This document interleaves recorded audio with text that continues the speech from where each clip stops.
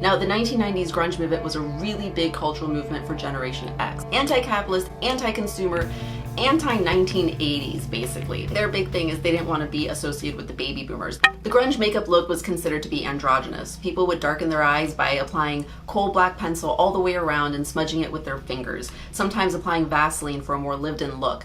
Now, this was just one of the many grunge looks that existed. Also, there was a cleaner look, much more like the one that I'm using now, using liquid liner for a more pin-up-y look. So I guess one could explain the 90s grunge look like you either forgot to put on makeup or you forgot to take it off. Another taboo thing that became mainstream in the 1990s was body modification, piercings and tattoos. Never more than one hole in the ear is seen on actors on screen. Now multiple piercings were becoming popular. Now, of course, there were lots of celebrities that brought this look into the mainstream, and the ones that were most inspired and most notable are people like Winona Ryder, Alicia Silverstone, Angelina Jolie, Johnny Depp, Drew Barrymore, just to name a few. Now, of course, like every alternative movement, this was often associated with drug use and drug culture. In fact, even President Bill Clinton looked down on it, saying, "Fashion and photos for the last few years have made heroin addiction seem glamorous, sexy, and cool. You do not need to glamorize addiction to sell clothes." So Nirvana's reach was so vast and so influential that Teen Spirit deodorant became a huge seller in the 1990s because of the success of the song Smells Like Teen Spirit.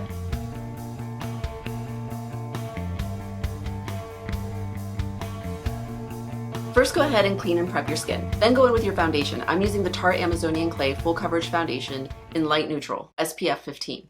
This step is optional, but then you can apply concealer. For powder, I'm using the Besame Translucent Brightening Powder in Violet. Now, this helps give lighter skin tones that kind of porcelain look. If you've got a darker skin tone, you can try something with a yellow or maybe even an orangey base. You'd have to see what works best on your skin. The 1990s brow was a big contrast to the 1980s look. In the 1990s, a well-shaped and well-groomed brow was definitely popular, if not absolutely overplucked and overdone. Using the Shroud Cosmetics Arcana palette, I'm using the color Entity and using that on the crease of the lid as well as underneath. Then, with the color Relic, I'm going into the outer third and just applying a pop of color to the edges just to lift the eye.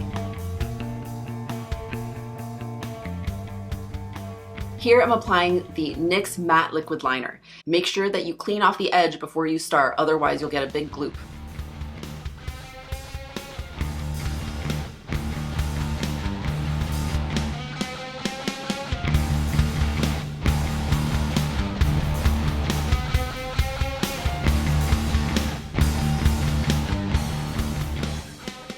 Then you'll want to apply your mascara.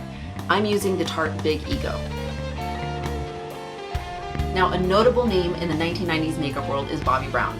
She had kind of set the standard with her release of a bunch of nude lipsticks early in 1991, but the grunge look still opted for plums and maroons. Now for lipstick liner and shine. I'm using the Becca Cosmetics Ultimate Lipstick Love in the color Chocolate. Here I'm using the Tarte Tarteist Double Take Liner in brown, and then Lime Crime Plushies Coco Froyo.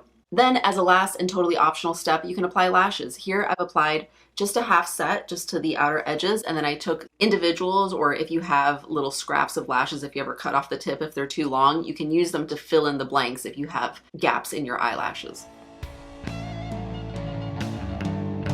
And that is my 1990s grunge look. I hope you enjoyed the video. Of course, like, subscribe, do all the things, tell your friends, and let me know what videos you think I should do next.